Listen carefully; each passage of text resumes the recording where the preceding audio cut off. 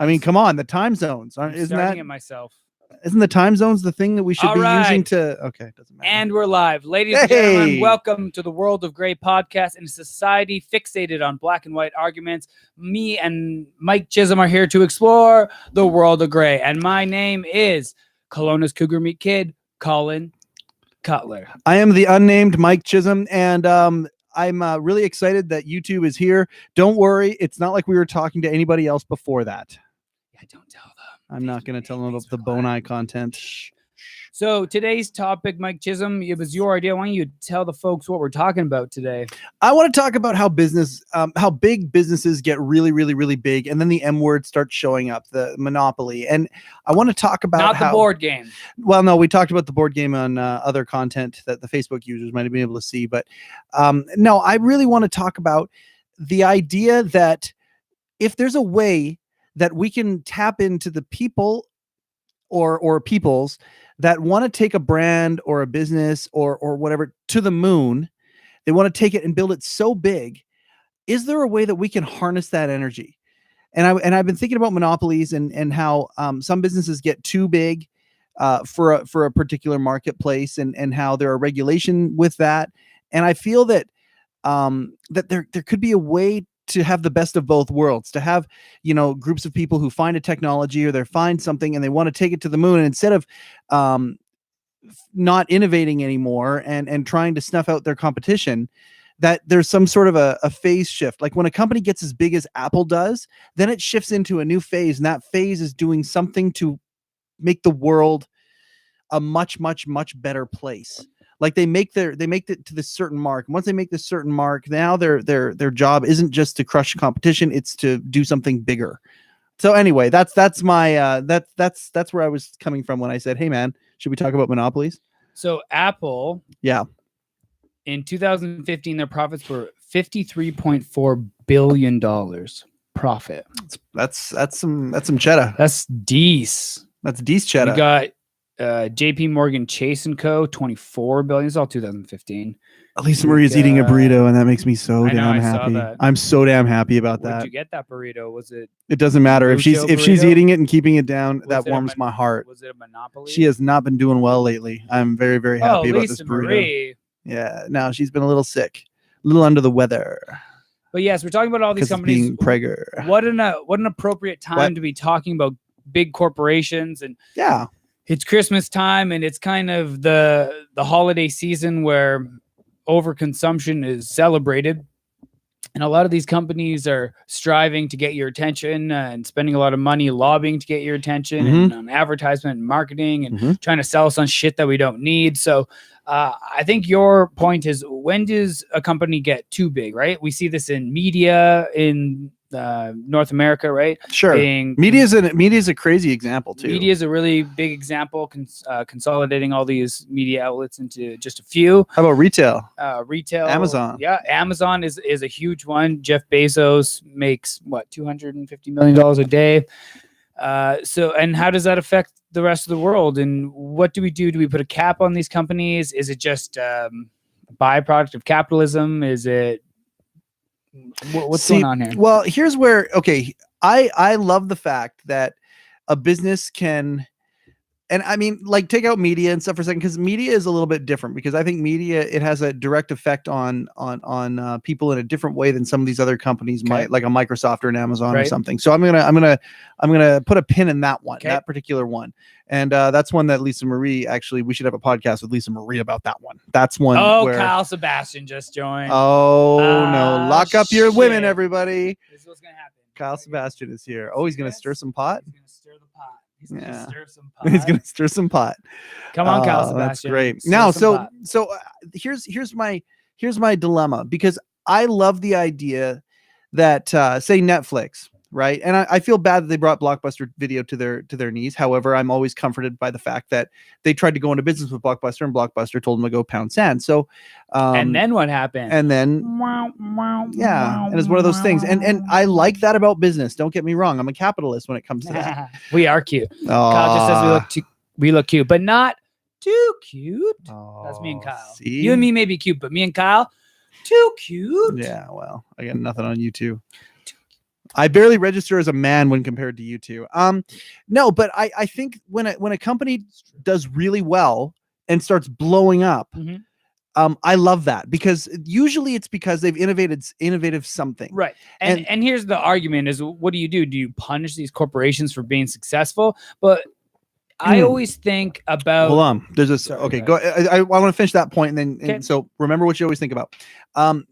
I The only thing is, when a company gets so big, and then they try to snuff the marketplace and they Mhm. stop innovating. Mhm. To me, a company like that stops innovating and all they're doing is bringing in their profits. Right. To me, that's where the system is flawed. Right. I believe Because there it's a should be. thing, because it's something you can do. If you wanted to hoard money, you could Well, hoard money. I don't care about the hoarding money. Okay. I think they should be able to be. If they've made the money, they've made the money. What I care about is the fact that they stifle innovation. Right. I don't like the fact that companies might come along, buy a patent that a competitor has, and that patent may be the better way to go Right. as far as the earth is concerned, and so they bury it. Right. That's the part that I say, okay, now are they too big because of this behavior? And is there a way, when a company gets that big with that many resources, to give them some sort of mega incentive to continue the innovation? That's my my question.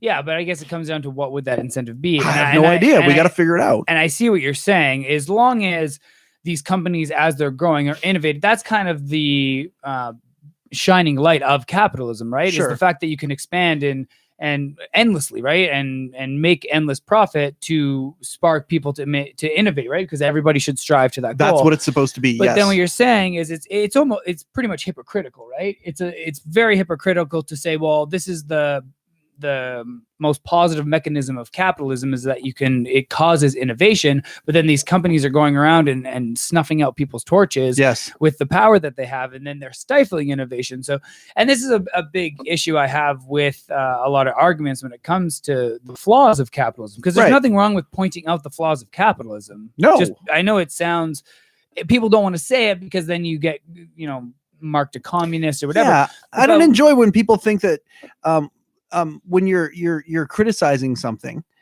even something that you like, that there should be. I think we should criticize everything. Yeah, in a good way. I think we should always look at everything and say, can we do better? Yeah, I think that's what we as a society needs to take things to the next level. Just because you criticize something doesn't mean that you don't like it or encourage it or respect it. Just because I criticize my students and trainees doesn't mean I hate them. It means I love them and I want them to be better. Just because you criticize the society and world around you doesn't make you a communist or a traitor or anti-Canadian or anti-American. Or alt-right, for that matter. Or alt-right or alt-left or whatever you want to say. You could just be some normal person with an objective view of any situation. You just want to see better.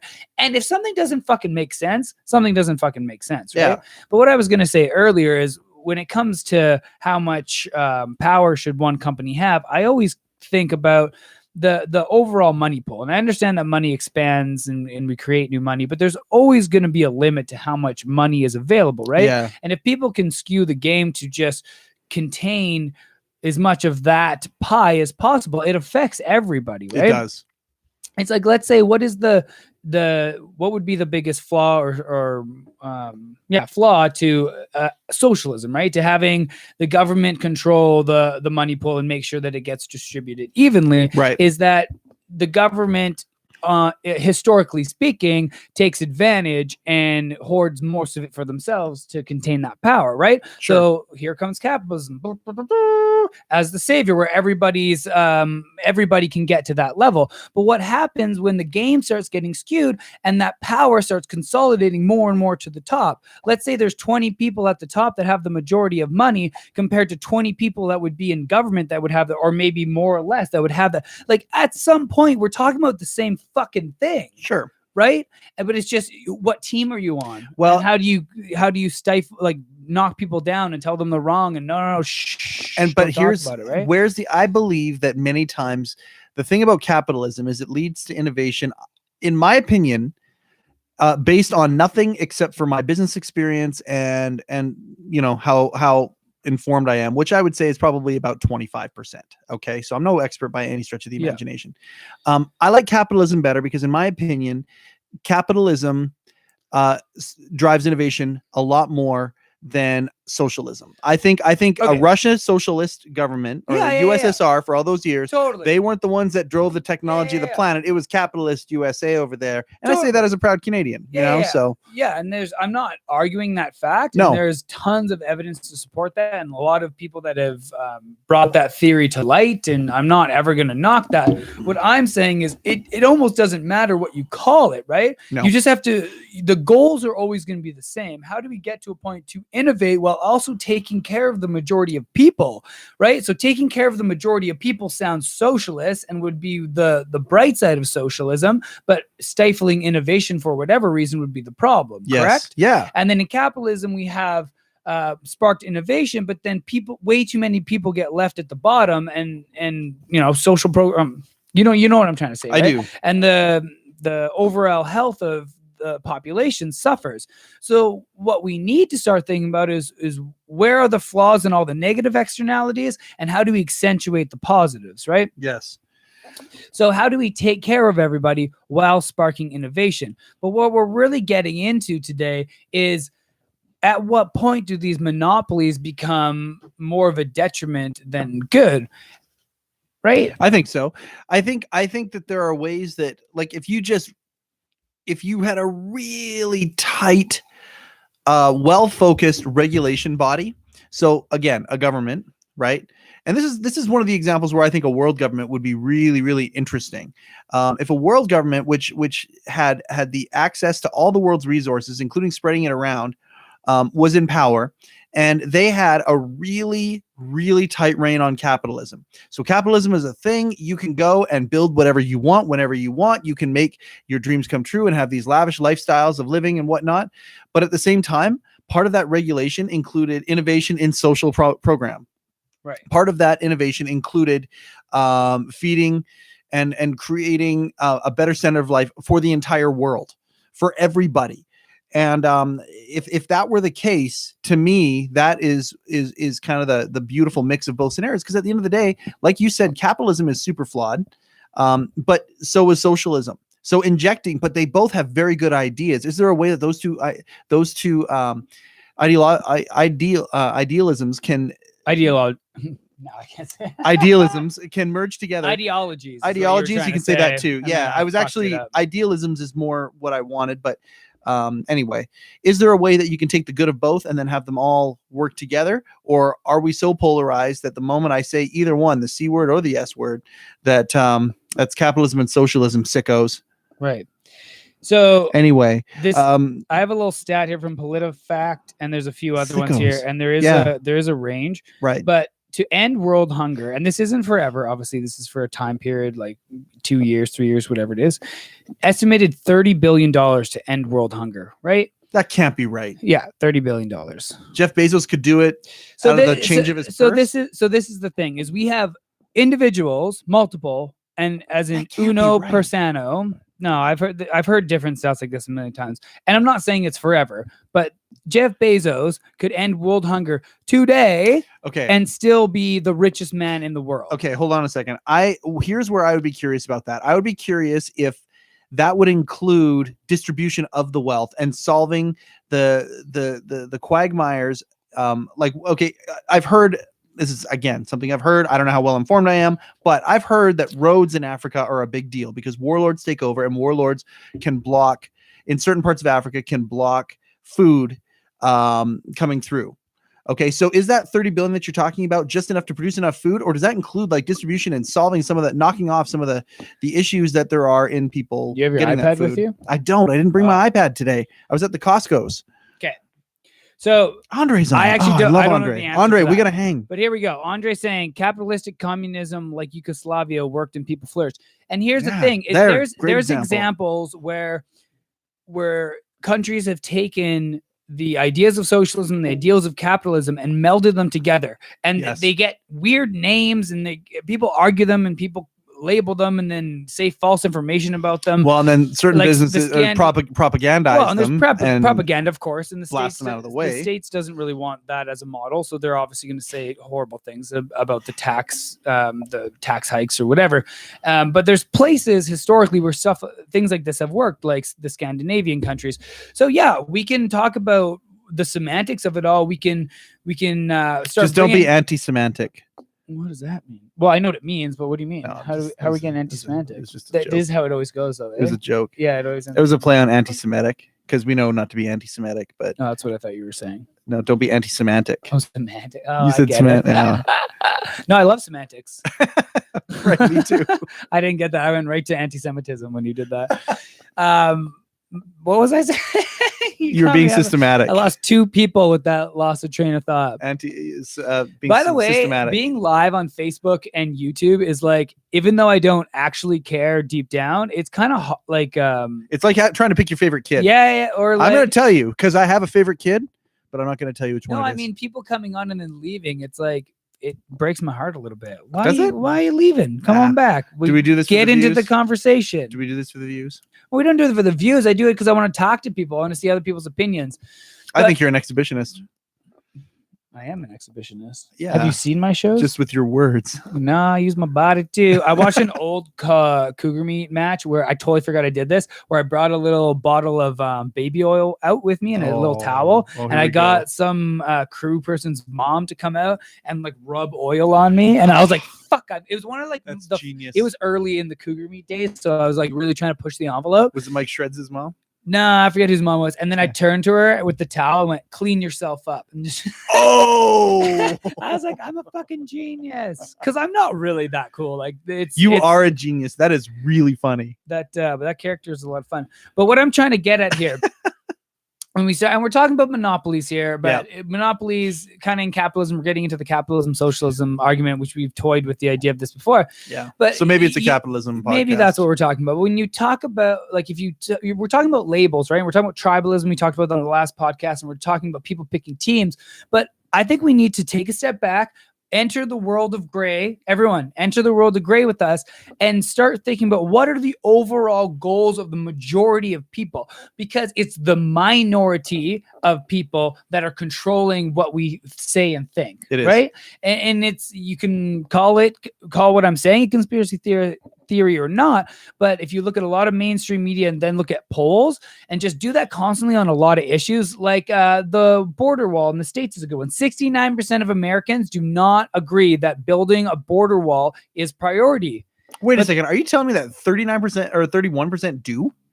Yeah, I mean, yeah. 31% support that wall? But for a president whose party is pushing this much to get that money for that wall, you're doing something that 69% of the population don't even fucking want. Somebody left a big comment. Yeah, okay, so let's read this. That's Oh, it's Jade Roberts. Jade, yes, still hanging out with us. Jade, we appreciate you being here from the beginning. Yo, Jade. You keep talking because all right. So yeah, I just think, and I want to go back to monopolies here for a second, because I don't know if there's been a monopoly out there other than, like, there are companies that play tricks. Like, I'm okay with Microsoft getting as big as they got, but the idea that they would block me from using a superior search engine like Internet Explorer, and I like Internet Explorer, it's fine, I use the Edge sometimes, but the fact that they would block me from it, while they didn't block other things in their software, to me, that is something that would need adjustment. But then you look at Apple. You got to be careful when we're talking about algorithms and who's where and gets blocked, because you need to understand how the internet works. If you just watch that, do you watch that the Congress meeting with Google? I just saw highlights, and I gotta admit, the highlights I saw were on Stephen Colbert. Fucking funny, man. Because these old fucks have no idea what's going on. So what Jade Roberts is trying to get at is, if a company makes a certain amount of money, they should be obligated by law to donate a certain amount to charity, which I agree that if a company is not reinvesting their money, there should be some sort of cap or some sort of regulation where it gets fed back into the system in any way. However, if we really break it down, that's basically like them paying taxes, right? Okay, yeah. So here's the thing when we get to government and taxes and companies and paying blah, blah, blah, blah. is higher taxes that go back to the government would be great if the majority of governments would put it to things that the majority of civilization and people, the population, actually fucking care about, but they don't, especially in the States. A lot of it goes to the fucking military, right? So I think it's a great idea for companies to have to give to charity, but then who decides on these charities? And hey, I'm the most altruistic, pretty progressive, almost socialist. You should have just stopped at pretty. You're really pretty. I don't want to say I'm socialist, but I think people should come first. So I'm with you. Yeah. But it's just a hard argument because, how do you know the government's actually putting it to something that is good for the majority of people? Exactly. And I don't think that they should donate it to charity. And the reason is because, and hey man, I've been a part of a lot of charity. By the way, I love the comment, Jade Roberts. Keep them coming. Yeah, absolutely. Great discussion. It's a great point. It's a fucking great point. It is great. The thing about charity is many times they're in business and they stay in business to have a problem that still exists. They're not necessarily in business to solve an issue. They're in business to deal with an issue. What do we got? C4 for life. That's fucking some my old school fans. C4. Canadian classic Colin Cutler. Yeah, it's still in your email. But okay. I do believe, though, I totally agree with him. If it's 300 million or whatever it is, that every dollar after that has to be spent in R&D. What's R&D? Research and development. Oh, man. yeah. Sorry, we talked research and development. And there's a great solution, right? There you go. And let's spark that technology and innovation. Okay, I've said this, I think, before on the podcast, but do you think that is? Will you stop hitting the? Am I hitting stuff? Yes. Look at us. We're fucking. It's like an earthquake is happening here. We're in Kelowna. There's no maybe it was. You crazy. You're on that jar of pennies. I like the jar of pennies. What was the last thing I just said? This is where you come in. This is where I come in? Yeah, God because I forget what my point we were talking about, it's a great point, R&D. Yeah, research and development. So I always think of it I know you got to keep me on track. We have a lot of roadblocks when it comes to technological advances. I talk about this a lot because I hate planned obsolescence, and that's a real thing. It's companies engage in planned obsolescence so that they can slowly put technology out so they can make the most amount of profit, which in a business sense makes sense. But imagine where we would be if we took that leash off, we took off that weight, and we just went with it, right? So this is what you're saying. Like, at some point, are all these dinosaurs of politicians? I'm sorry, if you're an older politician that cares about people, like Bernie Sanders type, I'm not talking about you. No. But these dinosaur politicians that block technology at every point, still promote coal at the fucking at these summits where they climate change summits, and you're talking about fucking coal, and you get laughed out of a fucking building by a younger generation. At what point do they just die off, and does the companies like Tesla and Elon Musk start taking over the future of our fucking species? Yes. And start just rocketing. I'll give you. Yeah, I do. Do you understand what I'm saying? Does that make sense? 100%. Yeah. And my response is that's exactly where I'm coming from when I talk about R&D. Okay, so this is where socialism could be injected into capitalism like a syringe of vitamins. And I think that if we could make it work from a numbers perspective, this is what we need to do. So you take something like coal, okay? Coal was the cat's ass for years and years and years and years and years. It was the only way. It was the best way. Now, we've found better ways. Mm-hmm. But there's a coal industry, and that coal industry has a vested interest in these new industries, these new ways, these better ways to move as snail's pace, because they're all scared about losing their fucking jobs. They're scared about losing their fucking money. So here's where the socialism gets injected in. You've got the coal industry, right? And they're putting all this money either into R&D, or they're just building as much as they want to build. And the solar solution comes in and makes them obsolete. Mm-hmm. This is where the socialism should say, okay, you are in an industry that has been now made obsolete. So we have a program in place for that. And it's boop, boop, boop, boop, boop, boop. And you're not going to lose your standard of living. And in fact, we're going to try and get you jobs in that other industry as much as we can, or researching what the next thing is. Right. Like that's or where they the can socialism, retire, or they can, or it's not. Yeah, give them absolutely. that out before it really starts dropping and they're in more of dire straits. Right.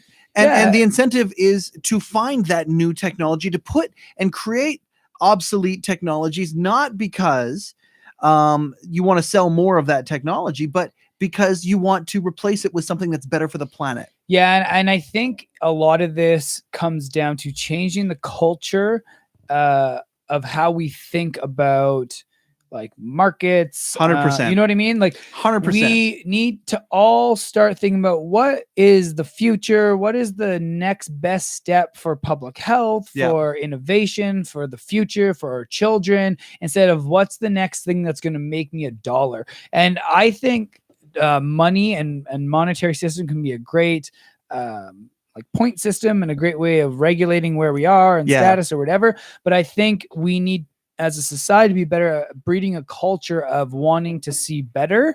And at every level, At every government level, at like the Elon Musk of the world, they're trying to innovate and go to the stars. Take a page from the athletics.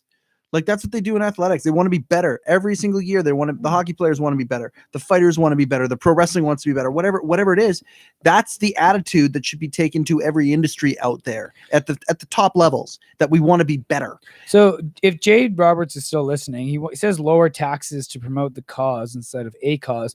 So I would like to know what you mean a little bit more by the lowering taxes. I think though, when we start talking about this more libertarian view of just lowering taxes and hoping companies are going to use those tax breaks to innovate, is we get into the slippery slope, because no one likes to be on a slippery slope, Colin. Because the states has just done that. Skiers do. Yeah, it's true. Skiers probably do. But they've done a tax break and it went to the rich, and it didn't. Do you see that video that came out by one of the CEOs or owners or founders of Disney? It was amazing. She was talking about the tax break she got and saying what the companies like hers do with the tax break, and talked about all the things that could have been done if the tax break wouldn't have happened. She's literally shitting on the tax break and like semi bragging about how much money she got as a tax break. We wouldn't have California Adventureland if they didn't cut that corporate tax by 20%. No, she's saying you would. Like, it doesn't matter. She's like, yeah. She was saying that she doesn't need a tax break. Like, it was an amazing video admitting she doesn't need a tax break. She's like, I got lots of money. I don't need a tax break. Well, yeah, Disney. Yeah, I mean, Disney would say that. Well, yeah, true. But it's just the tech firm that I've been working with. They would disagree because they're a startup, right? They would love the tax break. Yeah, I'm talking about You're talking about the big corporate tax break for the Uber. I'm talking about how many. I'm talking about when we just start talking about, oh, hey, we're going to lower taxes, like at a political level, as a political platform. Yeah. Oh, let's just go lower taxes. Why are you fucking lowering taxes? You got to always remember that all of these politicians have paying contributors, right? Sure. They have donators, they have donors. Like, they have to be playing to those donors. So who is this tax break really gonna help? Wouldn't it be amazing if we didn't pay any tax at all?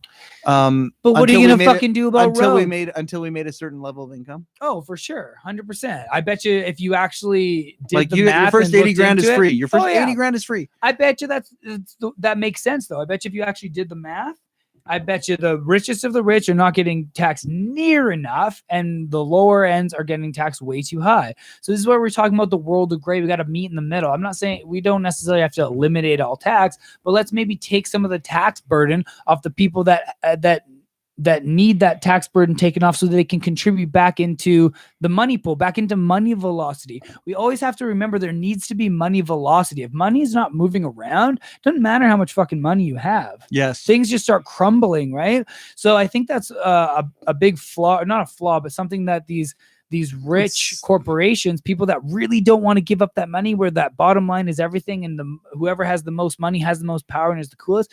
I think they start forgetting this, because some of these billionaires, they understand this. The Mark Zuckerbergs of the world, they understand that Mark Zuckerberg has supported universal basic income. Mm-hmm. Because he sees the future. He sees automation. I don't think automation is a bad thing. I think automation is a beautiful thing. Absolutely. I think the way automation can be monopolized and taken control of may be an issue in the future. Yeah. But if automation gets to the point where it's meant to get, that money velocity is gonna slow to an ever standing halt. And oh man, I hope so. I hope we all get replicators and holodecks. Right. So if we don't at least start discussing topics like universal basic income, that money velocity is going to come to a screaming halt. And did you watch Ready? It's not going to be a lot of fun to be rich. Did you watch Ready Player One? Loved Ready Player One. Me too. So here's my thing. There's the future right there. Well, okay. Now, those people that lived in those flats, those basically those double wide trailers that were stacked on top of each other all over the place, right? Yeah. But they had their VR world. The what was it called? The whatever. Oh man, now it's gonna drive me nuts. Yeah, but it was such a cool movie. I want to watch that again tonight, I think, with my girl. But anyway, so they had that world that they got to live in. Were they happy? Were the people around happy? Living in relative, poverty, but could go into a world and basically do whatever they wanted. Yep. Were they happy? And it seemed to me like, I don't know. It seemed to me like they might have been. The only issue with what you're saying is we're taking a fictional movie and we're trying to place it to real life. Yeah, right? but would we? Would we be happy in a virtual reality? Maybe we would. But I think would we be happy compared to what? If we had this virtual reality that spiked all the same chemicals in our brains as doing the actual thing. Yeah. When you start factoring mirror neurons and empathy and all that bullshit. Mm-hmm. Well, like I said, bullshit. But all bullshit. I'm clear. I'm on holidays, by the way, and this is not coffee. So I'm going to holiday one for this guy. But yeah, who Holiday knows? one. Maybe if we could, but you also are comparing that to people that the majority of people are struggling or in poverty or miserable or whatever, right? So yeah, it's like, I'm asking though if they'd be satisfied. It's like giving prisoners a little bit more yard time or having pizza Fridays in the prison yard, right? Yeah, you're going to be fucking happier if that's your reality compared to your old reality. But that doesn't fucking mean that it's right or moral or the way it should be. But we're in a fucked up time where the majority of people that are being fucked over, know they're being fucked over, and we have the capacity to feed and house everyone, but they don't know what to do about it. But no one knows what the fuck to do about it except for the people controlling it. And even if you fucking have an idea, try organizing enough people that give the two shits with you to really make any real change. Makes it tough, right? So that's the problem with these monopolies. When we allow these monopolies, the banks are one of the biggest ones. And thank God for Bernie Sanders, because Bernie Sanders is the only fucking person in the world trying to break up these giant monopolies. You know, he's trying to pass. I don't think he's the only person in the whole world. All right, buddy. okay. Because I think there are many other people that are doing the same thing. Well, he's one of the only politicians in the fucking states that's doing he is the most vocal, visible, and just flat out promoter of it. Right. Though. And he's probably the best. He's trying to pass a bill right now so that if any one bank's total gross profits equal, I think it's like 3 or 4% of GDP. Someone fact check the numbers for me, but a certain percentage of GDP. Yeah. That they just like, they can't, right? They can't make a certain amount of the country's GDP. Okay. So if you take that into account, so no one bank, or I guess company, but no one bank is allowed to have as much capital as 4% of US's GDP or whatever. That leaves a bunch of banks exposed. So that would actually mandatorily break up a bunch of these merged banks, because here's the issue is, do you break them up or do you just give the money back? Well, they aren't allowed to have that much capital and profit, right? So they could do whatever they want. They could invest it. They could give it to their employees. They could invest. You know what I mean? But that would be the standard, because here's the issue: is we have this 2008 crash where these companies are saying they're too big to fail. Oh, we're too big to fail. We did it. It's our fault. We caused the entire fucking thing. However, we just realized now, after this all happened, that we're too big to fail. And if we fail, it affects everyone. So the solution is for all of you people to pool some money together and give it to us. Mm-hmm. Here's the problem with that. If you're too big to fail, maybe you shouldn't be allowed to get that fucking big. Yeah, see, this is where I think socialism should be thrown into the capitalism part a little bit. It's funny. It's not a company you've necessarily heard of because they're from Europe, but the parent company of the financial firm that I have an agency through is on the too big to fail list. Sorry, say that again. Sorry, Jade.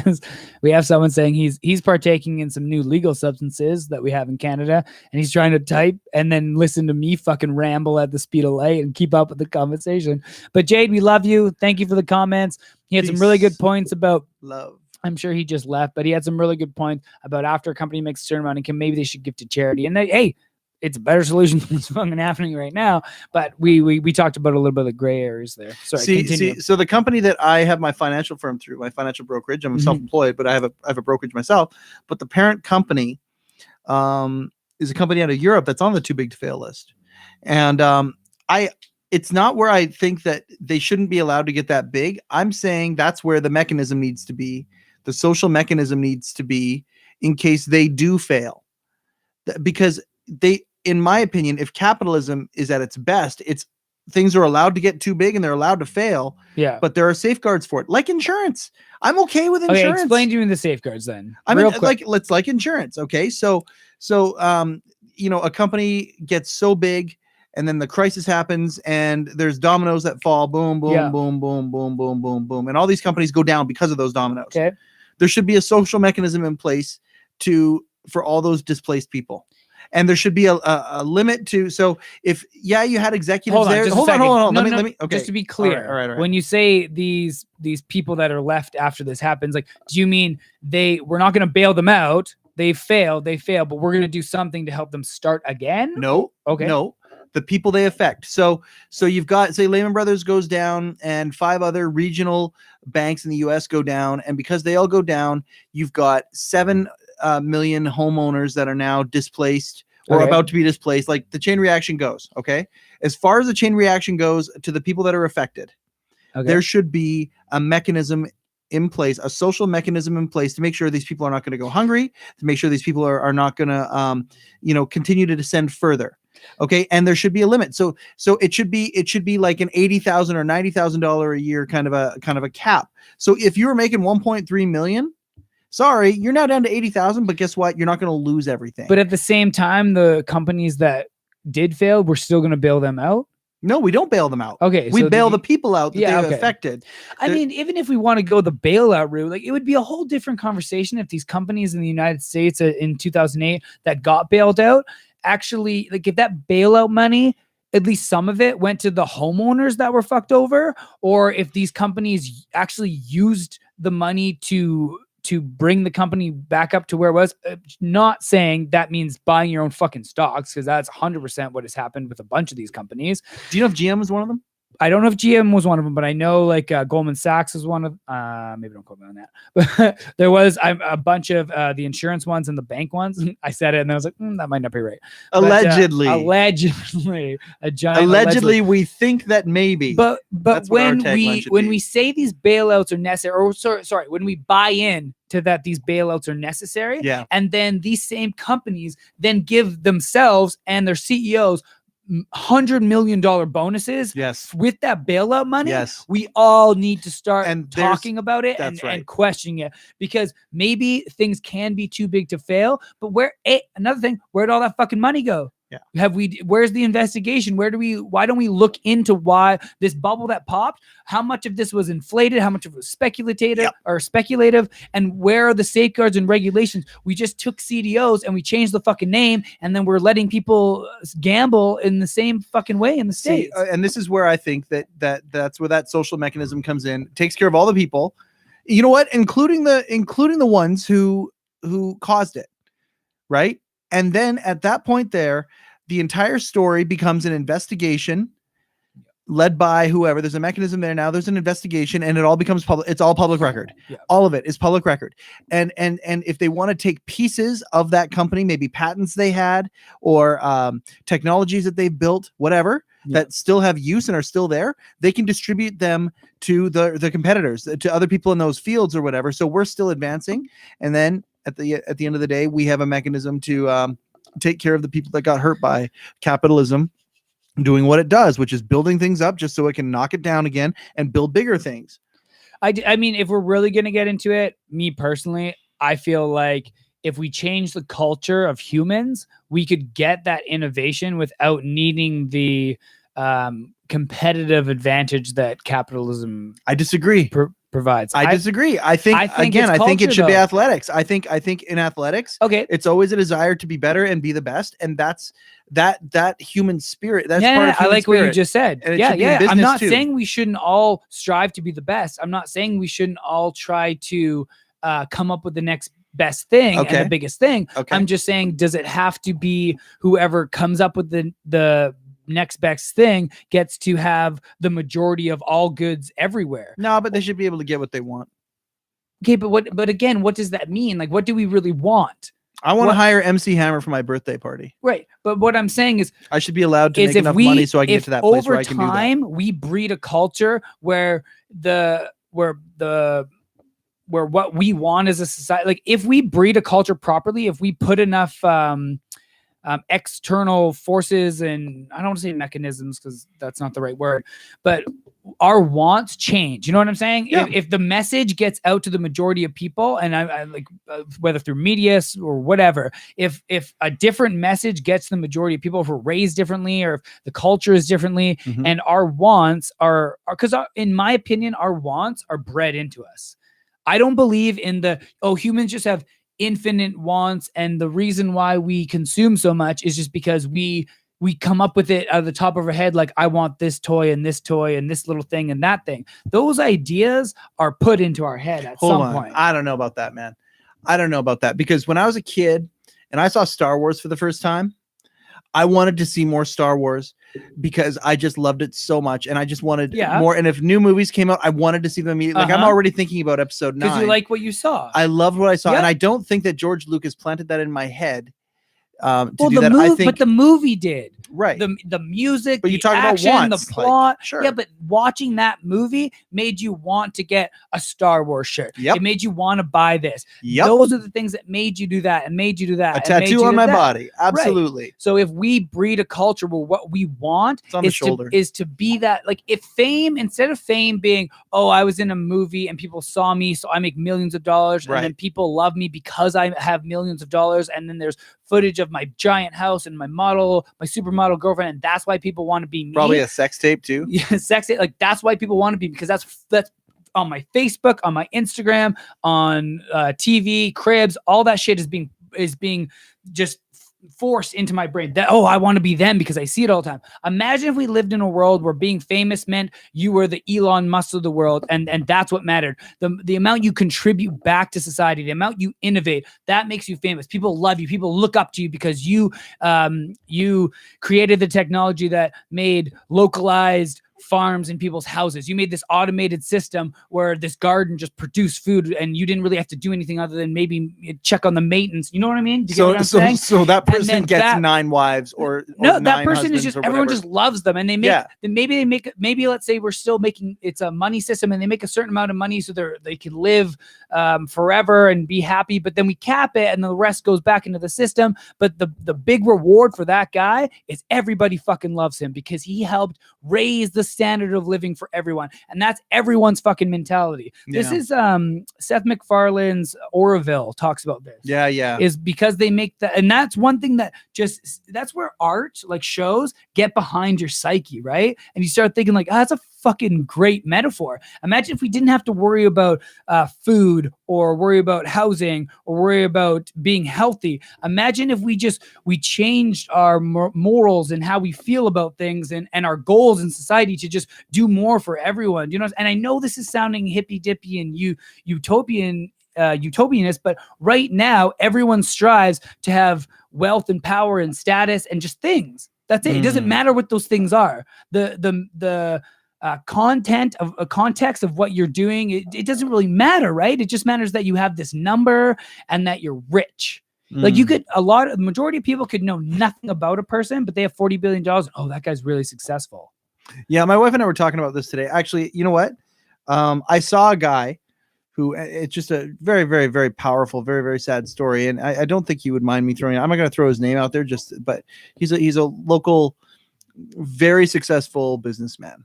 And I'm talking, 8-9 figure, like very, very, very, very, very successful. And he lost both his boys. Oh my God. That's tragic. And not only that, they both took their lives. That's insane. Okay. And a huge problem right now. Right. And mental health. And now that's just how I saw him talk. He was crusading for mental health. And it just touched my heart. And I've been thinking about him since I saw him on Tuesday night. And it makes me just realize that there's a hell of a lot more to life than all the stuff that you're talking about. But I do believe there's a groundswell of people who are believing that. And that may delight that wealthy 1%, those people that are in control, that want to stay in control. That may delight them, that people are waking up to the idea that Candy and I were talking about this earlier today, that a lot of Mexicans say that there's studies out there saying that Mexicans and people from Nepal are the happiest people on the planet, because this rat race that you're talking about does not necessarily lead to happiness for a lot of people. Yeah. Just ask the guy that I heard speak and tell his unbelievably heartbreaking story on Tuesday night. You know what? Life is way more than that. Way more than that. That guy could buy and sell. He could buy almost anything he wanted in the world. He wants to buy a sports franchise. He could buy a sports franchise. Yeah. He wants to buy, like I'm saying, he and at the end of the day, he is broadcasting mental health. Yeah. It's not enough. The money is not, that's not what you should be looking for. But I love that point that you brought up, is that's exactly it. And they've done studies for salary levels, and after 75,000 to 100,000 a year, the happiness scale doesn't really spike up immensely, right? But we're constantly told that you need to strive to make as absolute much money as possible, and that's all that fucking matters for the majority, right? I'm not saying there's not messages out there saying family comes first, and like obviously we're talking about it right now. I'm not a money guy. I don't give a fuck. I work for a charity. I love my job. I love my house. I love my little fucking stupid life. I love my wiener dog. This is it. This is my life. I'm content. Right. But some people are striving for Daisy too. Come on. Well, obviously, my baby girl, she's sleeping though. She went to the dog park today. But people are constantly striving for this either unattainable goal or this goal that once you get there, it's not there's a lie you've been told. Yeah. You're not going to be more happy. Like obviously you're going to be more happy than if you're struggling. This guy talked about that. He said, once you get the jet, you're going to be happy. Once you get all these things, you're going to be happy. Yeah. It doesn't mean you're going to be happy. He'd give it all up to spend one more day with his boys. Of course. And that's when it doesn't fucking matter. Yeah. When you're 90 years old on your fucking deathbed with $60 billion in your bank account, what the fuck have you done? Do you remember No Fear shirts? Yeah, I do. Okay. I remember a No Fear shirt that I saw, and it said, "He who dies with the most still dies." Yeah, that's a fucking great line. Do you remember No Surrender, the knockoff brand? Yeah, were they the Walmart 90s, No Fear? Yeah, like winners, you get the No Surrender. But that's exactly it. And this is the thing I try to, and all my political ideologies aside, used it twice. All my political ideologies aside, I could be wrong with my hippy dippy fucking altruistic views. Maybe we are animals, and maybe we do just need to claw at each other. But the fact is we're being told one thing that in reality, when we think we're going to get there and be happy, it's not statistically true. No. Yes, obviously you're going to be happier with $1 million than $20,000 a year. Obviously. No. If that's the argument you want to fucking make. Okay, sorry, you're right. Assuming two people are in the same situation. You're right. Okay, you can have the same 20, situation, right. the same the level of mental trauma and all that stuff. They do the same jobs or whatever. You're right. You're 100% that works. I get what you're saying. Yeah. But my point is not worrying about survival compared to being in an income where you have to worry about survival. Yeah, totally. There's obviously going to be a little bit higher health, and maybe not. Yes, there's money pressures versus no money pressures. Yes, like obviously that alone, there's other factors. But to think, as you grow up and as you enter the workplace and as you enter society and try to pull that money out of that money pool, to tell yourself that if I just get to be a multimillionaire, I'm going to be happier than anyone else in the world, it's just not fucking true. No. Statistically, it's been proven that after $100,000 a year, you're not any happier. No. So, okay, let's take that into account. Let's take an average person like me. If I just fell upon a couple $1 million tomorrow, obviously I'd be like, okay. And I would, well, and this may not be true either, but I think I would obviously start to give back, right? Because now I have the ability to do so. Now, we can argue the world of gray here a little bit as well, because there's other studies that have been done. And as people make more money, their empathy levels start to drop. And that's not everyone. We talked about this. You do really well for yourself, and you're one of the most empathetic people I know. Right?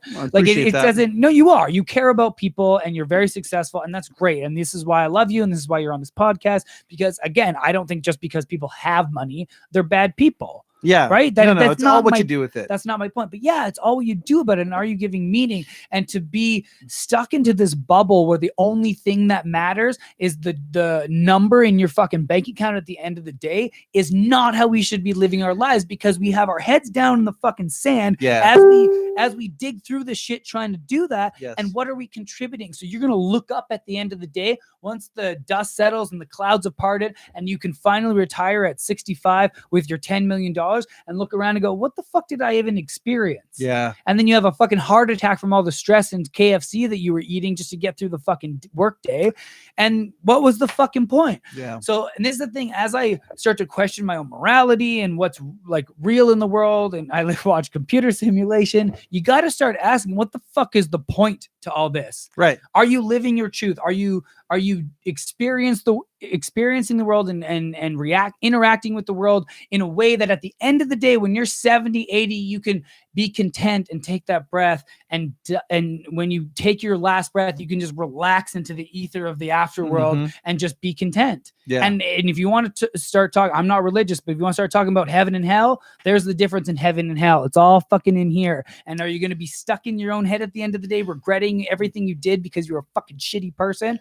Or did you strive for excellence? Did you strive to do better? And the dollar amount you made in the process means fucking nothing. Yeah. And you know what? I don't like to quote the Bible all the time and stuff. And I'm not religious, but I do love to take things that I've heard from whatever they are, whether they're spiritual books, whether they're personal development books, whatever they are, and just kind of throw it out there when I hear a truth. And the Bible talked about that in a place to be when you pass as a human. And I mean, obviously religions have put their spin on it and tried to whatever, but I love the sentiment. And the sentiment is this: at the last moment of life, the feeling that comes in is, well done, good and faithful servant. And you know, I love the idea that we would promote a way that people, the goal in life wouldn't be for the shit that you're talking about. It wouldn't be for that at all. It would be for more like, just to strive to, when you close your eyes for that last time, that you're satisfied in life and what happened. And it's way beyond how much money you've made. So taking that idea into account, this is where I get really frustrated with the world we live in, because this is, we should all, and as Shannon, we're never going to talk about this on the Clone and Now podcast. By the way, I would love to have Shannon on a podcast. Sure. Because her fucking story is crazy, mind blowing. Absolutely. But she's saying that we've traded out, or we should strive for outcome, not income. And that's exactly it. Yeah, there you go. So let's take that into account. Let's say that there should be a level playing field to how you get that, that happiness and stuff, though, yeah, right? But like, I'm backtracking from, okay, so now we've debunked a little bit of the more money you make, the happier you are. That may or may not be true. Absolutely. And now we're trying to have a better outcome. Now, my frustration is all the other external negative externalities that get pushed upon us in a busy world make it really hard for people to hold on to that as a positive world view, or their own political ideology or societal ideology. Well, we're moving too fast that we don't even have time to ponder it. We don't. That's exactly it. That's why in Mexico they talk about that being the happiest people in the world, or Nepal or whatever, because their life isn't at Mach 3. And they're actually able to ponder these things and focus on the things that are important to them. And we look at that and go, oh, they're impoverished. And they look at us and go, oh, those poor bastards. Right. Look at the suicide rates that are in their countries. Yeah. Well, and then we all just have blinders on, right? I talk to people and time again I say little things about politics that are going on in the world, or like the war in Yemen, or like shit that's not being talked about. They go, oh yeah, well, it's, there's so much negativity in the world. I like to just focus on the positive, which is okay, right? I'm not saying that you're a bad person for that. I know really amazing people. My fiance is one of them. She just rolls her eyes at me and she doesn't want to know all this stuff. And ignorance truly is bliss. But I'm going to tell you right now, that's a world of gray, though. I think that's true in some cases, but it's not true in others. Yeah, 100%. And just because you dig your head into the sand, I think I've said that already today. That you've dug your head in the sand? Something about digging in the sand. I'm just saying the same shit over again. We said semantically. If you just ignore the world around you, that world is still fucking going on. Yes. Whether you do something about it or not, right? And I think we all do need to be a little bit more aware of what's going on and question the world around us and have these conversations, whether big conversations on a TED Talk in a world stage, or 4 people watching us on Facebook Live that want to contribute to the fucking conversation. So right? here's the question. Let's start for talking you. about things that fucking matter and about public health Yes. and about other human beings. I was saying this to a friend. We are now in a time where we've replaced our empathy for apathy. Absolutely. Because I we just 100% want to believe that. want to survive. We don't Yeah. want to deal with everything else around us because we're just trying to survive. Hey, I'm in the trenches with you. I have to pay a mortgage that I can barely afford. Like, I'm struggling just as much as everyone else. Okay. But it doesn't mean I'm going to start ignoring the world and not caring about people. I think I found another and not podcast wanting topic for difference. us. I think I found another topic for us. So here's a question, because obviously we can't get into this today. We're talking about business and monopolies and all that stuff. But here's the podcast for, I don't know if it's next week or whatever. Let's do it. The 1% you're talking about, the people that are kind of controlling the Yep. minority few that are Yep. controlling the Okay. many. In this situation, Canada, US, okay, these mentalities that you're talking about, Okay. do you think that one of their proactive end games is to make our middle class, or the other 99%, move so fast that they don't have time to ponder these things? I think it's and happening muddy right the now. waters, muddy the waters, and polarize the waters. I don't think it's happening right now. It is happening right now. We should talk about that. Look at the Russiagate investigation. Have Okay. you seen any of these mashups about the Russiagate investigation? There's no fucking evidence for this Russian collusion. And hey, I've talked about Trump probably 4 times already. Pretty much every podcast I talk about Trump because he's a fucking idiot. And I if watch you look- too much Stephen Colbert. As far as I'm concerned, Colbert has thrown up enough evidence right there just with for stuff that's been Trump. said. For Tr- Trump. Yeah. Sure. Yeah. Trump's a fucking idiot. Go back and look at some of these documentaries that have been made about his business history. Okay. He's a criminal. He's had bank failures. He hasn't paid- Allegedly. No, he is. He's a fucking criminal. He is a criminal. Good thing we He's got a great I blanket don't back give a there. That's all I'm saying. shit. They don't Trump know. can try to sue They don't know me. where we're broadcasting from. Yeah, right. I don't have any money. So We're in the I'm gonna bomb try. shelter. Like, I don't like Trump as much as the next person, but there's things like the Russiagate investigation. Yeah. That's a fucking smokescreen. Trump talking about the That's a wall. smoke screen. So what's it a Yeah. smoke screen for? It's a smokescreen for banks fucking you over, Okay. Yeah, for yeah, yeah. oil fucking you over, Yeah. for them having $100 billion arms deal with Saudi Arabia that's causing siege warfare in Yemen right now, Yeah, which is now exactly. the worst humanitarian crisis in history. Yep. It's everything that's not fucking talked about. It's the smokescreen for everything fucking else. It's like Trump talking about the wall and border security. Do you think Trump really gives a fuck about immigrants? No. He's married No. to a fucking No. immigrant. You know what he cares doesn't about? give a shit. He cares about his base. He cares about riling people up. And he cares about distraction. And he cares about American businesses being able to do business in countries However like the Saudi fuck they Arabia. want. He wants However the fuck they want. he wants WWE to do Crown Jewel every Yeah. month in Saudi Arabia. The ironic part about Trump is he calls himself a nationalist when he couldn't give a fuck about No. borders. No, absolutely. Corporations do not give a fuck If there's about profit borders there, or he's there. you. Correct. Right? Large corporations. I'm not saying business is evil. I'm not saying that. I'm just saying they don't care. Fired So, up today. It's what? holiday one for Holiday. C4 It's a good today. topic that we're getting at. Oh, I love C4. it, man. I love it. But you know what I'm saying? Like whether you think it's a good idea or a bad idea, it's just the way it is. Yep. So all of us that are saying, "Oh, it's not that way, but it's okay if we did do that," well, Mhm. just admit that we're just doing it. Why don't we all just drop the gloves and admit that we're just animals that are fighting each other every fucking day, and it's okay for people to die by the hundreds of thousands every fucking day just because we want to hoard money and hold on to it. We are now in a time in history where a small group of people can just hold on to their money just because they don't want to give it up, and people just die every second. Yeah. Just because there's $1 in a fucking screen that somebody wants to hold on to. I don't care if they earned it and they can do what they want. Blah, blah, blah, blah, blah. No. It's got to be Okay, ethically. whatever. Sure, okay. To that's go back the game we live in. to go back to the previous part of the conversation where we're talking about capitalism and injecting a big syringe full of love and socialism into it. That's exactly right. It's got to be ethical. It's got to be ethical, and that's the only But way that's that what you and me something like that think, would work. right? So now, Well, no. I'm just saying if we're gonna create this new world Yeah. and what it would look like, is it capitalist? Is it socialist? That's what we were talking about. Yeah. Now you put the two together, and then you have it regulated, and it has Right. to be regulated for the benefit of the people. and period. So this is my overall arching point to kind of add on to what you're saying. Yeah. I as well agree that morality should play a huge role in business. And dollars to donuts, I guarantee you, if you took a survey on a global scale and Yeah. there was some way to actually collect the data, it would be minimum 75% of the population that would agree with that sentiment, is that we should have some sort of morality when it comes to everything we do in business. Yeah. Right? Oh God. Yeah, absolutely. The problem is the people controlling the majority of power don't give a fuck about that. And the rest of us are so busy just trying to survive in the game that they choose the fucking rules for, because don't make any mistake about it, the Federal Reserve, which is a private company, which is not a governing body, makes the fucking rules when it comes to banking. Which is in the dark. And again, they have made modern money mechanics, and everything needs to be public record. Know what money modern money mechanics from the Federal Reserve is? Anyone? No. Anybody know what the fuck it even says in there? No, but it controls our life. Anyone know what fractional reserve banking is? No. But it affects our life. Sorry, not to be condescending. Obviously, a lot of people know what I'm talking about. No. It's not broadcast. What the vast majority isn't taught about it, and it's not public record. Right. That's right. So if we're not taught these things or told these things, there's a lack of transparency, which means we're being lied to.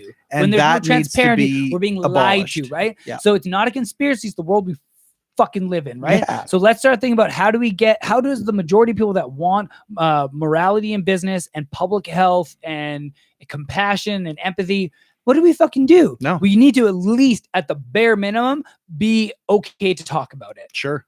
Right? We need to stop being, and I get it. Self-preservation. We don't want to rock the boat. Now see, this is my thing. I don't think it's that we just don't want to rock the boat. I'm not I saying think just. but I think a big part of it is that we would, if our lives weren't being so busy. Yeah, no, I'm right there with you. So fast. But that's what I mean. Self-preservation, right? We're so busy working for self-preservation. Yeah. We don't have time to just, I'm not going to work today. I'm going to go help the cause, right? And that's the thing, is all of us that think there's going to be change when this new political party comes in. I was talking to somebody about all the hilariousness that is the Republican Party in the United States. And they said, oh, well, don't worry. Next election, the Democrats will come back in and I'll be back to normal. And I bet you the Republicans go, don't worry, the Democrats fuck things up, but in the next election, the Republicans will come in and it'll be back to normal. Hey, so yeah, the Republicans fucked up, but next time the Democrats will come back in and be back to normal. Okay, so if we're going back to Trump, if we're going to go back to Trump for a second here. We just do this every fucking election thinking that things are going to change and nothing fucking changes. This is the thing. Two things to say about Donald Trump. One is a funny Norm Macdonald quote, which I love. And the other is this other point that I'm just kind of making. I believe Americans so badly wanted that change that they went away from the status quo, and that's why Donald Trump got elected. Well, I do believe I believe, like, and again, I agree with you. I don't think that I think that the liberal media, like, and again, I love a Colbert, man. I watch Colbert every night. Sorry, you mean the liberal media? Okay, there you go. Don't get me wrong. They've got their theories about Trump, and they love to paint Trump supporters like they're racist, redneck, whatever, backward people. Like you see that. You see them being portrayed that way. Yeah. I don't believe that is the populace of people that elected Donald Trump. I believe the populace of people that elected Donald Trump are people that were so sick of the system, including a well-intentioned Barack Obama or whatever, but they were so sick. I believe Drain the Swamp is what exactly got him elected, is that they thought, okay, this guy, we think that he is a business titan. If he can turn America into, which he's not, which of course he's not. Okay, I can explain. Allegedly, no, the docs do it. Yeah, and I mean, if you watch documentaries, I've watched documentaries on the history of Donald Trump too and his business. Oh, earthquake again. Sorry, but and I agree with you, but disregardlessly, which is Creed's word, by the way, disregardlessly, our friend made that word up. Anyway, love it. He's a pro wrestler and a teacher. He's a great story. We should have him on a podcast too. Should have all of them. Yeah, he can be on the Clone Now one. But anyway, no, it's at the end of the day, those people want to change so badly they were willing to elect someone like Donald Trump. And here's the Norm Macdonald quote. You know how much people hate Hillary Clinton? They hate her so much that they're willing to elect someone they hate even more to beat her. So isn't that great? That's pretty good. Isn't that a great quote? I love Norm Macdonald. Oh my God, I love Norm Macdonald. Do you know Norm Macdonald does commentary for High Stakes Poker? He's a big poker player. Speaking of poker, we were going to play tomorrow, and we were going to watch a WWE pay-per-view at the same time with the poker game. Hey, you can get some people together. If anybody wants to play poker and watch WWE TLC with us tomorrow, we will make that happen together. We'll play Texas Hold'em. We'll do like a 25-cent, 50-cent blind system, something like that, and we'll watch TLC and we'll play poker together like awesome people. I have a few points that I want to make about the Trump election, so don't let me forget. Hillary Okay, Clinton, put a pin in Trump. why people vote for Trump. Someone Jade would love to put a Roberts pin in is Trump hitting right now. the- You know what I'm saying? Jade Roberts hitting the nail on the fucking head here. So we I want to hear it. we don't have an opioid crisis. We have a public health crisis. So here's the thing: Ah, we go, oh, we have this opioid crisis. So many opioids out there, and the opiates, and they're there, and they have them, and they have them, and they have why? Why are people fucking taking them?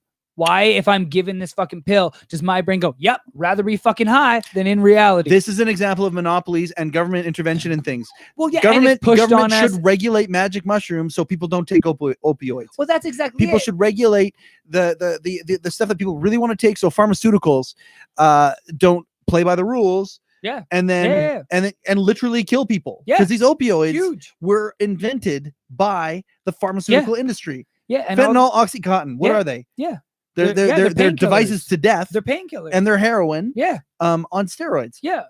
Literally on steroids. No, and I 100% agree with you. And that's the Allegedly. other thing too, is we want to talk about libertarianism. Let's talk about social libertarianism. Okay. We're making drugs like Percocets legal that are killing so many people, but we have things like mushrooms are illegal, even though psilocybin in drug tests is the only antidepressant ever to have the length of results that it's had with one dose. It's on the election ballot in Oregon. Hey, yeah. So Isn't that great? psilocybin, that's great. Yeah. Psilocybin, the what's MDMA is one for. There was a therapist on earlier could probably talk Is it about MDMA that. I'm talking about. MDMA, MDMA for PSD has been studied. DMT for anxiety has been studied as well. Ketamine.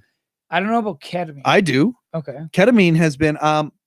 I know of a I know of a comedian who was actually administered and swears by this study on ketamine, and he was a human subject to it, and I believe it was a year long, and I'm not sure how many doses he had, but it was ketamine in therapy, and he swears by it. He says that he is a different person. Yeah. That no longer is, it's not like it was an addiction thing or anything like that, or a tripping out thing, but ketamine. Yeah. Think about that. Ketamine, like that. Yeah. The ones you're talking about are tame, right, compared to that, or compared to how we're educated anyway, Well, depending on the way you look at it. Yep.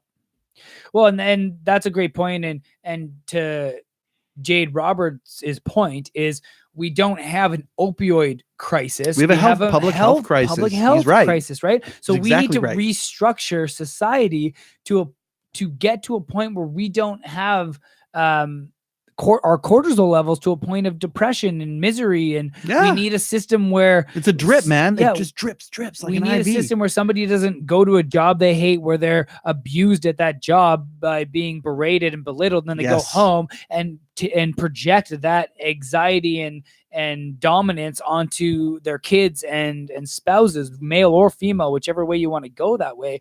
What are this is a big issue I have with a lot of arguments, and something that it wasn't until I read Peter Joseph's book that I started to really is the New Human Rights Movement. It's an absolutely amazing book, has lots of statistics, but that book takes a systemic view of everything: public health, human behavior, market economics, everything. And we need to pull back and go, what is causing all of this mental health? And a huge part of it is class struggle. 100%. He's not semantic. No, systemic. He's not anti-systemic. Anti-systemic. You're good with those. You're just look at all that. Yeah. Disregardlessly.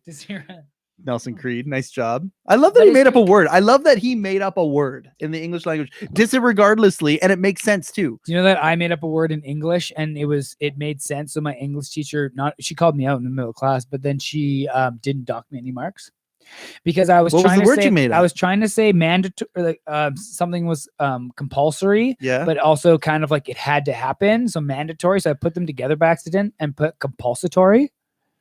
Oh man, that sounds like a word. And so that sounds like a word. So we're all doing work, and she's at the desk. Is grade 12, I think this is my last year. Oh, and she just bursts out loud laughing, and she's like, "Colin made up a new word, everyone." And she's like, "But you know what? In this context, it kind of makes sense. So I'm not going to dock you any words." You know why? Because of my favorite word in the English language. I can't believe I get to say this word 2 fucking podcasts in a row. Automatic poetically, it made sense. Automatic poetically. It's automatopoeia, right? But the actual the spirit of automatopoeia. It's automatopoeia is bang, crash, boom, right? Automatopoetically means that word that you made up that does not exist, she knew exactly what it meant by its sounds. Automatopoetically, your word, which is the what's your teacher I word? had. No, what's the word that you made up? Compulsatory. Compulsatory. Shreds is asking what that teacher's name was. It was a female teacher, Miss Megan Ford would know this. She was in the same class. Okay, let's ask Megan. Megan, can Ford. you sound in, please? What's her name? English teacher, grade 12. Megan Ford. Is Megan Ford watching currently? No, she's probably not watching. Okay. She was in that class. She's on my I'm Facebook. wondering if never mind. I want to make Miss a joke. Murdane. No, that's not right. I want to know if That's Shred. not I want to make a joke about right. Shreds asking about the teacher's name, but I'm not going to make the joke. It's a joke that I would have made even 5 years ago, but to do with political correctness, it's a joke that I will not make now. See, that's the world we live in. Right? But the overall, I don't want to disrespect anybody. I feel like the at the overall bottom line. That's how I deal with the current. Yeah. We want to be careful. And we don't offend No. anyone. It's like Whatever. Sarah Silverman said. She's like, you know what? All these gender pronouns that are coming out, Z and we and all these other things, right? She's talking about that. And Not she what we're said, talking about. no, but I want to talk about political correctness for a second. She's like, I may think it's a little weird. She goes, may think it's a little weird, but then again, I remember when my dad's friends used to come over and talk about the Negroes who live down the street. Totally, and we can talk about political correctness. That should be another podcast. I don't think political correctness is necessarily a bad thing, but it's definitely not work. It's a whole nother can of worms. I'm just saying I was going to make it a joke, except I was just didn't wanting make it to kind of sum up what we've been talking about here today. And okay. If you're just kind of tuning in, go back and watch. You can skip ahead and do this in parts if you want. If you want to hack this, just so you know, the Facebook one had bonus content. Yeah, the Facebook one has bonus content. Just telling you at the beginning. YouTube Live, we started right at 3 p.m. YouTube, we're going to cross-pollinate you if you want to see the extra material. We're in the middle of the holiday seasons. We're talking about monopolies. There's a ton of corporations and companies trying to sell you a bunch of shit you don't need. Before you start buying stuff for yourself or for others that you just don't need, think about, what does this gift mean? What is it going to mean to that person? Am I just giving them a gift as a filler? Is there something else we can do together to give back to society, give back to the world? Or maybe there's just something else that I can give them that gives them meaning.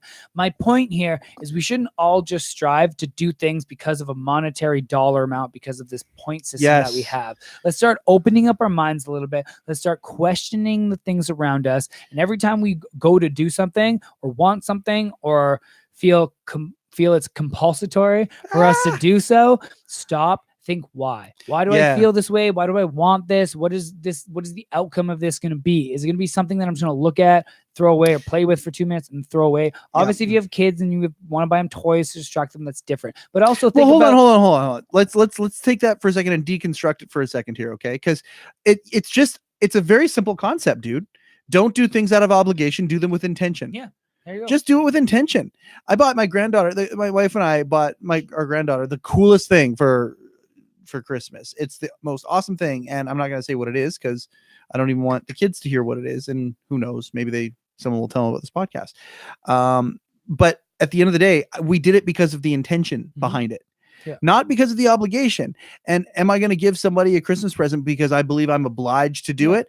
No, I want to do whatever the intention is. So if I end up getting 20 presents this year, or if I end up getting 4 presents this year, it's going to be because of it. All of them were based on intention. And I'm right there with you. I had this thought about a month ago, and that's what it all comes down to. What is the intention of the person's coming on to me? What is the intention of my energy? Well, we know what the intention of people coming on to you are. I mean, it's always just one idea, male or female. Don't matter. I have a friend, and it was always he's married and happily married with kids now and everything, but I'm not going to say his name.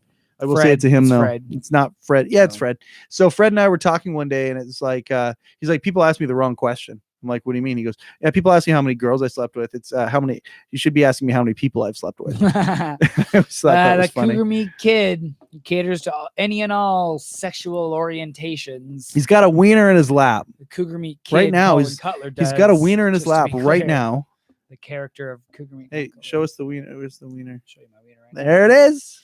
Sitting in his lap. And it goes for everything. Like if you're watching this at some point and you're a young kid trying to figure out what you want to do with your life, don't just let the status quo of what makes the most money be your determining factor. Do something that's going to give you meaning in your life, that is going to give back to the people around you, to the world around you, something that's going to be you marking your flag into that dirt and you claiming some part of history, whether it's in a small bubble or a large bubble, something that's going to mean something in the long run, something that you love to do. If you want to be an artist, be an artist. You want to be a professional wrestler, be a fucking professional wrestler. You want to be a business guru that has his company spread across 7 different countries, and then you can give back in that manner, then do that. Yeah. But don't just do something because you feel you have to. Don't do it because it's an obligation. Do it with intention. Do it with intention. So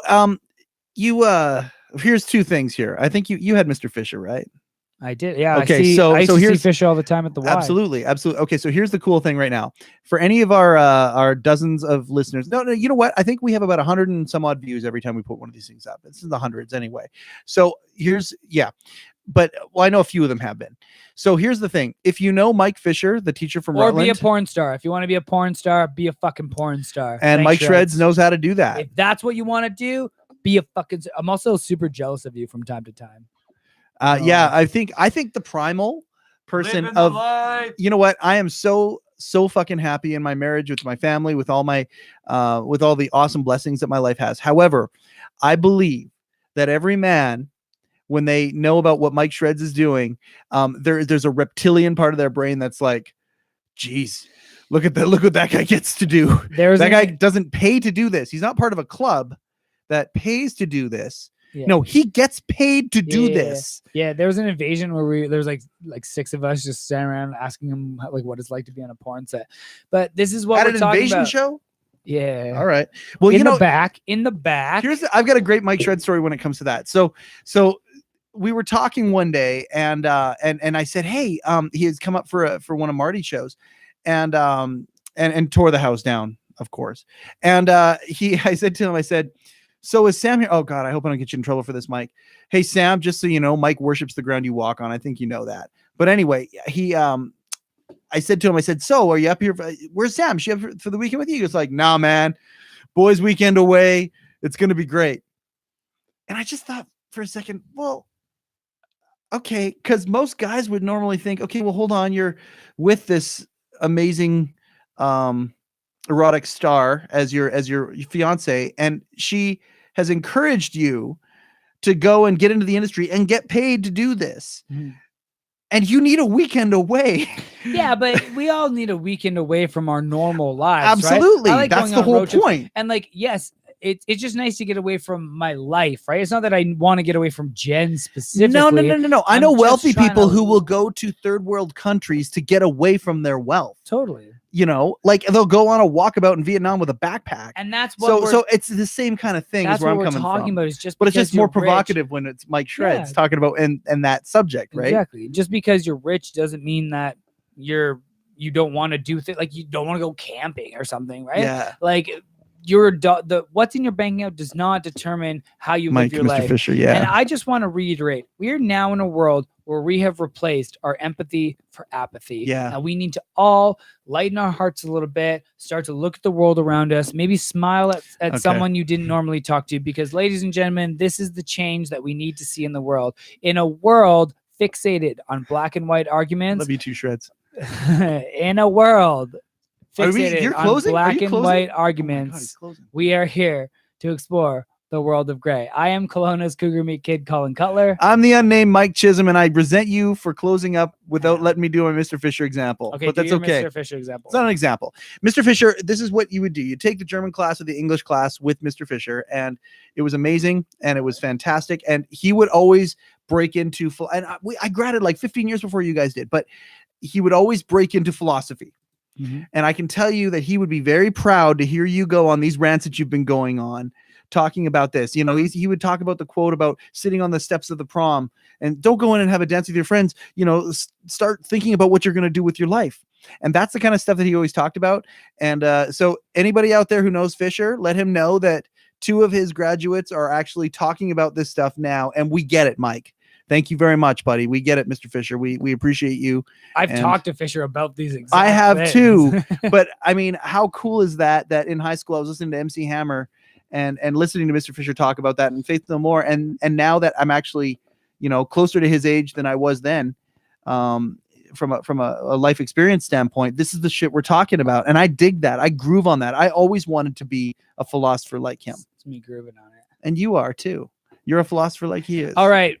Anyway, because more bonus content. Because I let you tell that story. Yes. You now have to do the outro just like I just did. Okay. In a world that is way more complex than black and white, we live in the world of gray, and these are two guys that love to talk about it with everyone out there. He is Kelowna's Cougar Meat Kid, Colin Cutler. I am the unnamed Mike Chisholm. We appreciate you taking some of your eye knowledge and giving it to us today. Peace. Love. All right, YouTube. Now you get a little extra. Oh, no, bonus YouTube content. gets the bonus content. I think that's our best one. Okay, I think that's a good one. We're gonna do a that few felt more good. minutes for Let's YouTube. You guys are getting the back end now. So YouTube, we have a confession to make. We may have given Facebook Live a little bit of bonus content. 10 minutes of bonus content. 7 minutes. And it's 420. So if you're in Canada, because it's legal, and you're watching this on YouTube Live 420, light it up. 420. 420. Forever. Yeah, that was pretty good. Talking about Monopolies stuff. And I think just for me is it's hard to have these conversations with people because they think I'm out to end, I'm out to get their stuff or something. You know what I mean? I'm saying this polarized behavior where you think anybody who criticizes something out of love is the enemy. Yes, exactly. And it can't be that anymore. For me, you gotta get rid of that. I have all these ideologies because I want other people to be safe and not struggling, right? It has nothing to do with me. But that's the thing. As soon as you start questioning things around you and start questioning the status quo. So we start questioning crow. I think you just made up another word. Don't question crows. That's I think bad. You just made up another word. The status quo. Those are old souls. I think we made a comic book. But you know what I mean? You start questioning the status quo, and people just get. And some people that aren't even doing well, people that are struggling themselves, it's so embedded into their way they've grown up. They just start communist. You're communist. You're gonna take my stuff. Stuff.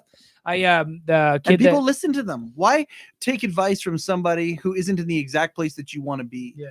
Take advice from that. There's a kid that used to train with us who was just a young kid that was doing fucking butlers in the buff just to make ends meet, but he was super conservative. And I was talking about it wasn't even about socialism. It was just it was talking about how I was basically trying to say that we need to have more of a different culture around how much wealth we accumulate, right? Sure. And so the argument was, from somebody else, not this kid, was, somebody else had said, no one needs to have 5 yachts and 6 mansions, right? Mm-hmm. And they said, but what if I want to have 6 mansions and 5 yachts? And it's well, then you're fucked in the head.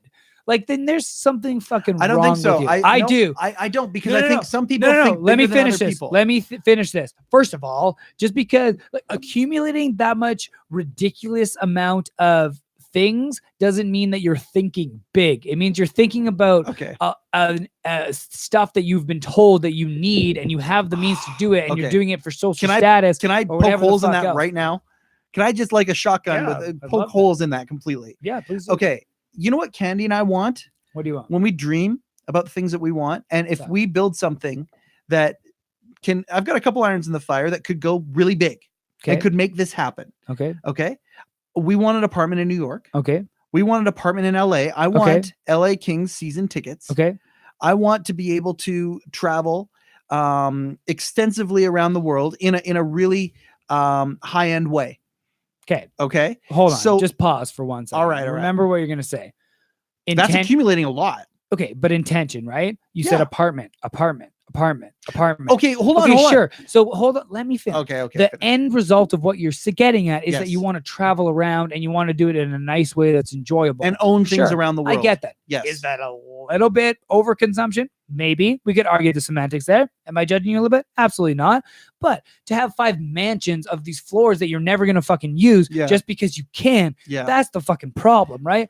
Especially these CEOs that spend all their time fucking working, right? I would rather put my mentality up against theirs when it comes to balance and mental health and things like that because of what you just said. Yes. At what point does that overconsumption become such a problem that morality plays a factor? Here's a great example. This is a Peter Joseph example, okay? And you can argue the semantics that it's on a smaller scale, but it still makes sense. You have 10 people that live on an island, okay?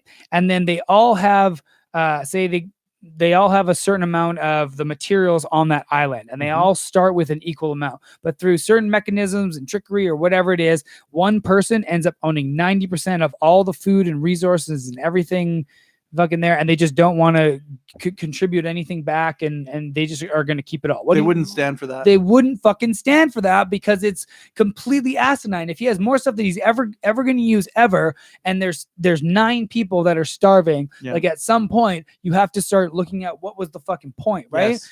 So here's another Peter Joseph example. So, what if I want 5 yachts? Yeah. What if I want Africa? What if I want Africa to be my backyard and I have the money for it? That's okay. I can just own Africa and do whatever the fuck I want with Africa.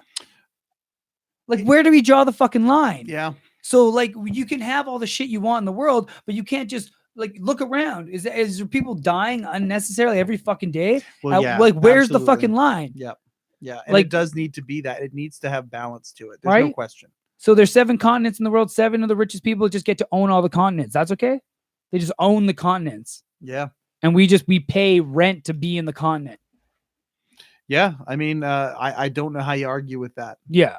So obviously there's a lot of room to argue, but anyways, that story where I'm saying that, and this is just like an idea, and maybe there's a bunch of shit that I have that's wrong. And at the end of the day, He's been hitting the head in a lot with a lot, folks. But so at the end of the day, there's a chance of that. My little like life is fine. Chance. I like it. I'm happy. Yeah. I enjoy my little life, and I'm in my own little bubble, but I still want to know more about the world, right? So in this conversation, this guy said, what if I want this and what if I want that? And I said, well, well, at what point? Like, then you're fucking greedy. Yeah. Then, like, why can't you really think people can't be happy with less? We can be again, like I don't know if the aspirations that Candy and I have. We love New York. That's why we want a place in New York. We love LA. I love the LA Kings. I know Star Wars Land is being built there. I would love to have a place in LA. Now, am I being considered greedy because I would love to have 3 very, very, very expensive properties? Okay. You know, and even a place here in Kelowna, which is one of the most expensive places in Canada to live. Am I being greedy because I would want that? And I would also want Nexus passes to first class tickets anywhere I want to fly. Am I being greedy for wanting that? I don't know. I just, it's available and it sounds really, really awesome. Yeah. And some people, what's available is to being able to do Nidra yoga for the rest of their life. But so don't you think that there's different ways to get to that same end result? What if, let's say in the future, food's free because we figure out how to localize production of food. Fantastic. Transportation is all self-driving. So transportation is fairly easy. Yep. Pretty cost effective. Yep. Then why wouldn't we just house share? If people have to say people get to work less because of automation, we only have to work 10 hours a week and we have all this extra time and transportation's cheap. Couldn't we just have a system where we just share housing? You're not going to be in those houses all the time. If there's a way to make it work, you know, I think I see a problem with that. Like, not everybody wants to live in Fort St. John, BC.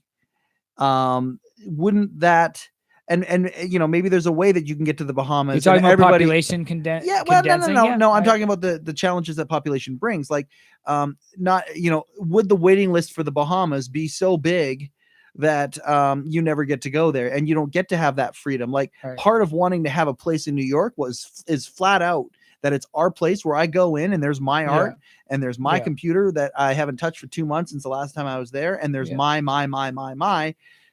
home, that it's an actual home there. And I mean, is that possible in what you're talking about? If it is, let us fucking explore it, please, because I believe that every human deserves to have some of those aspirations come true. And if we can make it easier for that to happen, that would be a wonderful, wonderful thing. However, mechanism creates that would be an amazing thing. So to answer your question, I don't think it makes you like a bad person by any means. Right on. I whether or not it's right or wrong is the ultimate world of gray, because I think it's really hard to determine whether something is right or wrong. Yeah. But is it morally sound to accumulate all of those assets in a world where so many people are homeless and starving. And I think that's the question. I'm not saying it is or isn't. No, I know. I But hear you. at what point are you just turning a blind eye to everything else around you? And how much more could you do for others if you didn't accumulate all of that? And that's a good question. Would So- would it matter? Yeah. Would they have one more meal or not one more meal if I made 80,000 versus 60,000? If I made 140,000 But if versus 100, does that mean somebody else is losing out a meal, or through the extra consumption Yeah. and things that I get to do, does it actually be a benefit to society? I don't know. I don't know that's a the great answer to that question. That's a great question as well. You know, This is good bonus content for YouTube. I don't know. Okay, Yeah. so here we go. I We're had another about equal now for the time we have 1 minute. of bonus content. We're in the last minute of it. So here's the question now. Who do you think got the better bonus content, Facebook or YouTube? It depends what you want out of it. If you want to see something different than like the meat and potatoes and craziness that we get into, then probably Facebook Live, because We talked about Parker Brothers. Here we're talking being about quite serious. Yeah. And then here we're just getting a little bit more into the meat and potatoes of the whole argument. You know the phrase I like get the phrase nuts and potatoes. My friend Kevin Gallant says that phrase, and it makes me smile every time. I do get what you're saying though, because like there's things I like to do that if you compare to what everybody, like I've been to Mexico, you know what, I've done my trip to Mexico, and I could sacrifice a bunch more things and help more people that are struggling for sure. And I know people that have never been out of the country. But I think it's more, the broader scheme of it is changing the culture of our society into raising the standard of living for everyone, right? Yes. I don't think all rising tides lifts all boats. I think more boats need to help more boats. Yes. You know what I'm saying? Yes, that's how I believe it too. I don't think I don't think we can just hope that it all works out. No. I think that we all have to start contributing a little bit more to make it work out, Yeah. right? And I think we should all be able to travel to New York and have a place to stay, and travel here and travel there and learn more. And I think if our main goals of a society were to innovate and to educate and to be compassionate and to help and to donate to others. Mhm. I was trying to keep an all eight thing, but I lost it a little bit there. 8 You know is what I enough, mean? Colin. Like, 8 is enough. If we all just strive to if we all thought of ourselves as one little entity and just worked on what does it take for all of us to expand outwards together, Yeah. I think that we would be in a much more civilized and educated and a much more evolved. On this point, we agree. Take us out, my species. friend. All right. That's So, exactly right. in a world fixated on black and white arguments, myself and this guy to my left are here to explore the world of gray. I am Kelowna's Cougar Meat Kid, Colin Cutler. I am the unnamed Mike Chisholm. And this has been the World of Gray Monopolies. See you, YouTube.